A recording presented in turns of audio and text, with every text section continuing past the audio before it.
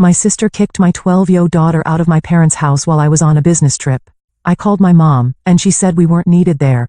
So I stopped paying their bills, and now they risk being on the streets. I never thought I'd be standing here again, staring at my parents' front door after all these years. My name's Bella, and this house holds memories I've tried hard to forget. My phone feels heavy in my pocket, still warm from my mom's unexpected call asking me to come over urgently. Behind me, my car sits in the driveway, and I can't help but think about my 9-year-old daughter Emma, who I just dropped off at my friend Sarah's place. It'll only take a couple of hours, I had told Emma, trying to sound more confident than I felt. The last time I properly spoke to my parents was at my grandmother's funeral 3 years ago. Before that, it was that terrible day when I was 18, when they chose my sister Lisa over me. I still remember standing in this very spot, tears streaming down my face, as they told me they were giving my college fund to Lisa for her wedding. But it's my education, I had screamed. Your sister needs a proper wedding, Mom had said firmly. You can take out student loans like everyone else. I left that day, and never really came back. My grandmother was the only one who stood by me. She helped me pay for community college, not the prestigious university I dreamed of. But it was something. I worked hard, got my degree, and built my own life. The years that followed were a blur of determination and small victories. I met Jack, my ex-husband, during my final year of college. We got married, had Emma, and for a while everything seemed perfect. Even after our divorce 2 years ago, things stayed civilized. Jack pays good alimony, and we both put Emma first. Now, at 36, I'm doing okay. The apartment I bought with my inheritance from Grandma, God bless her soul, brings in steady rental income. Between that, the alimony, and my part-time job at Marshall & Associates, I can afford to spend plenty of time with Emma. Taking a deep breath, I finally ring the doorbell. Whatever they want, I tell myself. I'm not that scared 18-year-old anymore. Bella, you came. Mom opens the door and her enthusiasm catches me off guard. She looks older than I remember. More gray in her hair, more lines around her eyes. Dad stands behind her, attempting a smile that doesn't quite reach his eyes. Where's Emma? Mom asks, peering around me. We haven't seen her since. She's at a friend's. I cut her off, stepping inside. You said it was urgent? The house smells the same, Mom's vanilla air freshener mixing with Dad's coffee. They lead me to the living room, and I notice how everything looks slightly worn down. The fancy furniture they bought for Lisa's wedding is showing its age. Would you like some tea? Mom asks, wringing her hands. Just tell me why you called, I say, remaining standing. It's been years, and suddenly it's urgent? Mom starts crying. Not the quiet tears I remember from my childhood, but deep body-shaking sobs. Dad puts his arm around her and I feel my stomach tighten. We're going to lose the house, he finally says.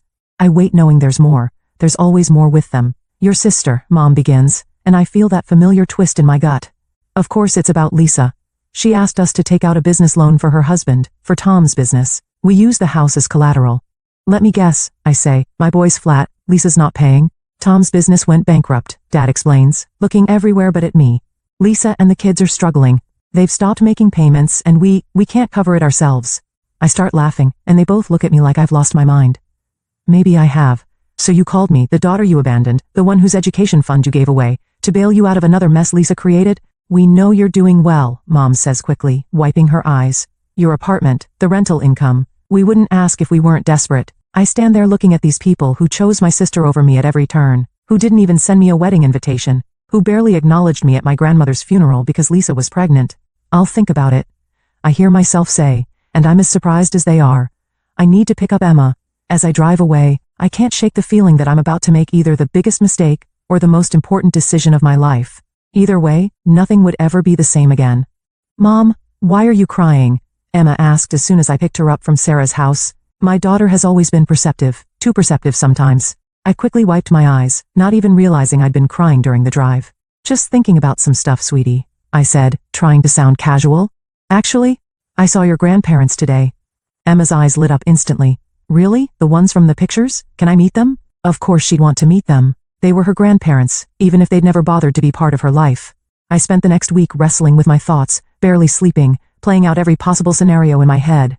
You're insane, Sarah told me over coffee. After everything they did? Maybe I am, I admitted, but Emma deserves a chance to know her grandparents. And honestly, maybe I need this too, to finally face it all. So a week later, I found myself driving back to my parents' house, this time with Emma bouncing excitedly in the passenger seat. The reunion was strange. Mom burst into tears again, and Dad just stood there awkwardly before Emma broke the ice by running up and hugging them both. They looked shocked, then delighted, and for a moment I saw genuine joy in their eyes, the kind I used to see directed at Lisa. We spent the afternoon there, and I watched as Emma charmed them completely. She showed them her drawings, told them about school, about her friends, about the time she won the spelling bee. They listened to every word, and I saw something I hadn't expected, regret in their eyes when they looked at me. That evening, as Emma chatted happily about her grandparents on the drive home, I made my decision. Maybe I was crazy, maybe I was setting myself up for more hurt, but I was going to help them. The next day, I called my real estate agent and arranged to rent out my apartment again. Then I called Mom. "I'll help with the loan payments," I said before I could change my mind.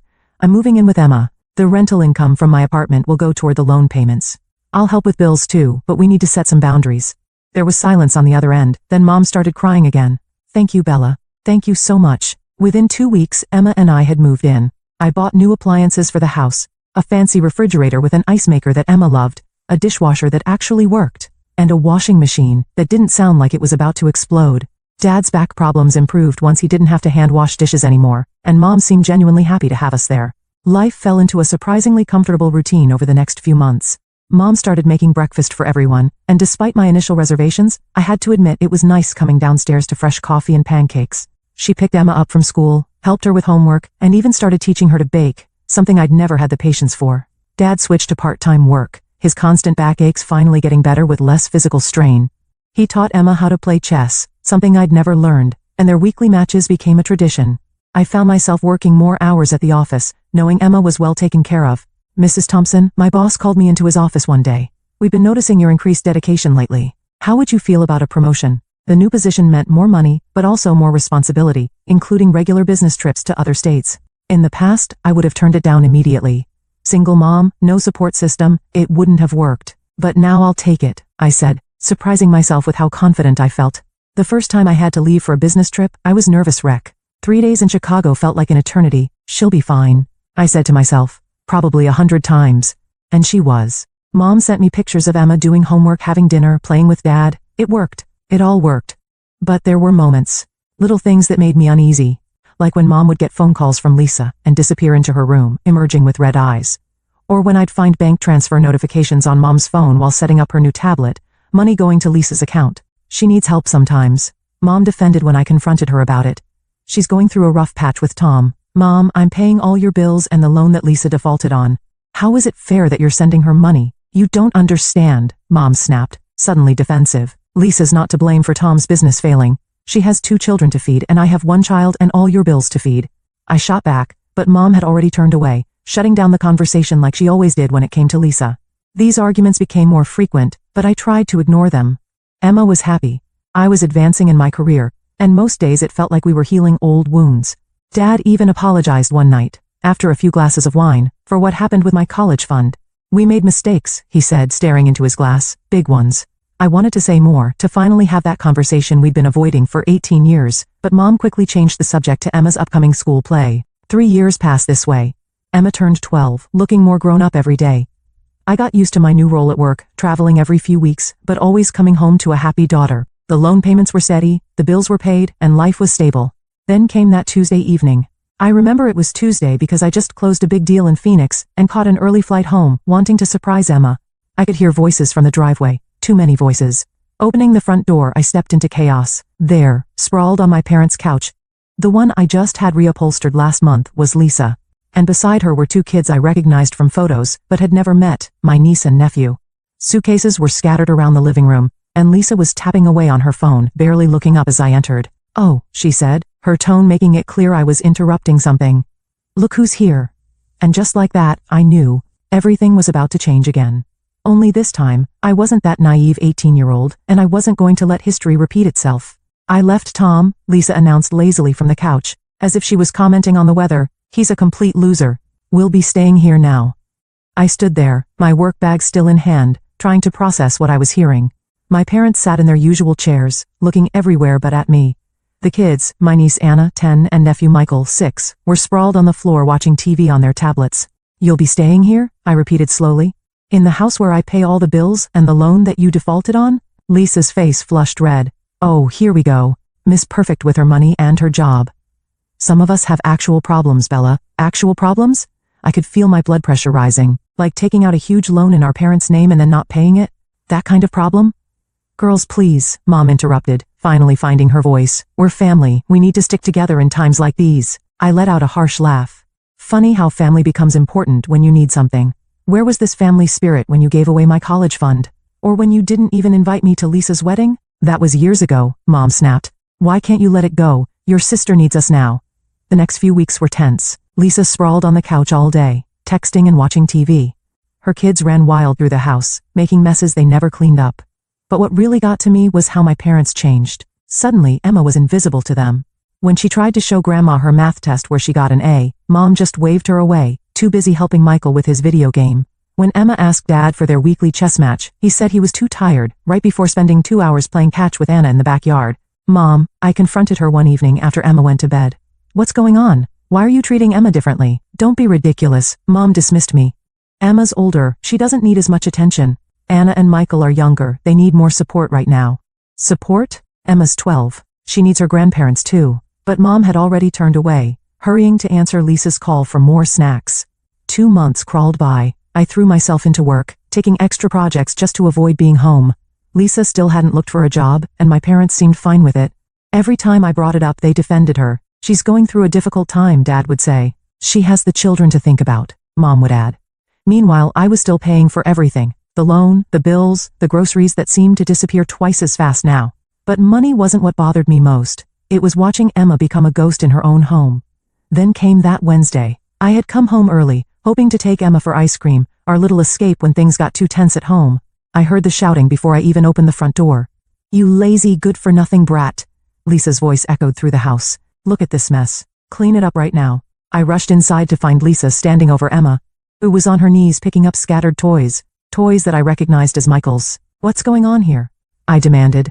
Your precious princess refuses to help around the house, Lisa spat. She thinks she's too good to clean up after her cousins. After her cousins, I looked at the toys again. You mean your kids' mess? Where are they, by the way? They're napping. Someone has to keep this house in order. And since you're never here, I'm never here because I'm working. I exploded. Unlike some people who lie around all day expecting everyone else to support them, the argument that followed was ugly. Lisa ran to our parents, crying about how I was buying her, and they took her side. Of course they took her side. Bella, you need to be more understanding, Mom pleaded. Lisa's children. What about my child? I interrupted. What about Emma? But they didn't answer. They never did when it came to choosing between Lisa and me. I thought that was bad, but I had no idea what was coming. The following week, I had to fly to Seattle for an emergency meeting with a client. It was only supposed to be for 5 days. You'll be okay? I asked Emma for the 100th time at breakfast. I'll be fine, Mom, she assured me, trying to smile. I've got my phone. We can video chat every night. 4 days into my trip, around 9 p.m. Seattle time, my phone rang. Emma's picture flashed on the screen. Mom, her voice was small, broken by sobs. Mom, I'm outside. Aunt Lisa kicked me out. She said I was in the way. I only have my phone. I didn't know what to do. The world stopped spinning. My 12-year-old daughter was on the street at night alone. With shaking hands, I called Sarah, my friend who lived nearby. Please, I begged. Can you pick up Emma? She's outside my parents' house. Then I called Lisa. She answered on the 5th ring, sounding annoyed. Oh, did the princess call you? She sneered. Maybe now she'll learn not to be so obstinate. Always arguing, always thinking she's better than everyone else. I hung up and called my parents. Mom answered. Your granddaughter is on the street, I said, my voice ice cold. Did you know that? Did you watch while Lisa threw her out? There was a pause, then Mom's voice hardened. Maybe it's better this way, Bella. Maybe you and Emma should find somewhere else to live. You don't really fit here anymore. In that moment, everything became crystal clear. Some things never change, some people never change. You're right, Mom, I said quietly. We don't fit there, we never did. I hung up and booked the first flight home. It was time to end this cycle once and for all. The flight home was the longest 5 hours of my life. Sarah sent me updates about Emma every half hour. But I couldn't rest until I could hold my daughter in my arms. When I finally got to Sarah's house at 3 a.m., Emma was asleep on the couch, tear tracks still visible on her cheeks. She told me what happened, Sarah whispered as I stroked Emma's hair. Bella, it's worse than you think. According to Emma, Lisa had been treating her like a servant for weeks, making her clean the house, cook for Lisa's kids, do their laundry. When Emma finally stood up to her, saying she needed to study for a test, Lisa lost it. Get out, Lisa had screamed. Get out of my house. It's not your house, Emma had replied. My mom pays for everything. That's when Lisa grabbed Emma's arm and physically pushed her toward the door. My parents watched it happen. They watched and did nothing. I let Emma sleep and spent the night making calls. First to my rental agency, explaining the situation and asking them to help me end the current tenant's lease early. Then to my lawyer, asking about my rights regarding the appliances and furniture I bought for my parents' house. Finally, to a moving company. The next morning, I took Emma to breakfast at her favorite diner. "Baby, I need you to be honest with me," I said, watching her pick at her pancakes. "Has this happened before? Has Lisa hurt you before?" Emma's silence told me everything. She said I was spoiled. Emma finally whispered, that I thought I was better than her kids. Grandma said the same thing, that I needed to learn my place. My hand shook as I gripped my coffee cup. "Why didn't you tell me?" "Because you seemed happy," Emma said, looking up at me with those wise eyes that sometimes made me forget she was only 12. "You were smiling more. And Grandma and Grandpa, sometimes they were nice." When Aunt Lisa wasn't around, I reached across the table and took her hand. "Listen to me, Emma. Nothing, absolutely nothing is more important to me than you. Not my parents, not their house, not any of it. We're going home to our apartment. And this time, we're staying there." After breakfast, we drove to my parents' house. Lisa's car was gone, probably on one of her mysterious errands that never seemed to involve job hunting. Mom opened the door, surprise flickering across her face when she saw me. "Bella, we didn't expect you back so soon." I walked past her without a word, Emma's hand firmly in mine. The moving crew I'd hired was already waiting outside. "Take everything I bought," I instructed them. "The refrigerator, washing machine, dishwasher, the new couch, the TV." I went through the house, pointing out every item I'd purchased over the past 3 years. "You can't do this." Mom's voice rose in panic. "We need those things." "Actually, I can," I replied calmly, handing the movers my proof of purchase for each item. "I bought them. They're mine." Dad came home while the movers were working. He stood in the doorway, watching as they dismantled the entertainment system I bought last Christmas. "Bella," he started, but I cut him off. "Don't. Just don't. You watched Lisa throw your granddaughter out on the street. You chose Lisa over me again, and this time you chose her over Emma too. We're done." But the lone mom's voice quivered. "The bills." I turned to face them both. "You'll have to figure that out yourselves, just like I had to figure out college on my own. Just like Emma had to figure out how to survive being kicked out of her home at night. Consider this my final payment for all the times you chose Lisa over me." The next few months were interesting. My parents and Lisa didn't go down without a fight. The call started the very next day, first from Mom, then Dad, then Lisa, then back to Mom. They left voicemails ranging from angry accusations to tearful pleas. The text messages were worse. Screenshots of their overdue bills, photos of Lisa's kids looking sad, guilt trip attempts about how they might lose the house. Mom even sent pictures of my old bedroom, as if that would somehow change my mind. "Why don't you answer them?" Emma asked one evening as my phone buzzed with another message. We were sitting on our apartment's balcony, sharing a pizza and watching the sunset. Our apartment felt different now, smaller than my parents' house, but somehow more spacious without the weight of their expectations. "Because we don't owe them anything," I replied. "Sometimes the best response is no response at all." Emma nodded, understanding in her eyes. "I miss Grandpa's chess games sometimes," she admitted, "but not how they made me feel when Aunt Lisa came." I pulled her close. "We can get you chess lessons if you want. You can learn from someone who won't stop playing with you just because your cousin shows up." Weeks turned into months. Through the family grapevine, I heard updates about my parents' situation. They had gone back to working full-time, struggling to pay their bills. The bank was threatening foreclosure because they couldn't make the loan payments. Lisa still wasn't working, still complaining about me to anyone who would listen. I used the money I'd been spending on my parents' bills to take Emma on weekend trips instead. We visited theme parks, went hiking, took cooking classes together. Without the constant drama of my parents' house, I could focus more on my work while actually spending quality time with my daughter. Emma's grades improved without Lisa's kids interrupting her study time. She joined the school chess club and made new friends. Sometimes, I caught her looking at old photos from our time at my parents' house. But she never asked to go back. One Sunday morning, almost a year after we'd left, I was making breakfast when Emma came into the kitchen, looking thoughtful. "Mom, are you happy now?" I stopped whisking the eggs and really thought about it. Was I happy? Happy that I'd walked away from a toxic situation? Happy that I'd protected my daughter? Happy that I'd finally broken free from the pattern of always putting Lisa first? "Yes," I said finally, "I am." "Are you?" Emma smiled, that bright, unworried smile I hadn't seen in years. "Yeah, I like it being just us." Later that day, I deleted all my parents' numbers from my phone. I kept their voicemails though, stored in a folder labeled "Never Again," a reminder of why we left, in case I ever started to doubt myself. I heard through relatives that the bank finally foreclosed on my parents' house. They moved into a small apartment, and Lisa found someone else to mooch off of, her new boyfriend apparently. Sometimes I wonder if they ever really understood what they did wrong, or if they're still telling themselves that I'm the selfish one. But honestly, I don't care anymore. Emma and I might be a small family, but we're a real one. We travel when we want, laugh when we want, and never have to apologize for taking up space in our own home. The money I used to spend on my parents' bills now goes into Emma's college fund, and this time, nobody's going to give it away for someone else's wedding.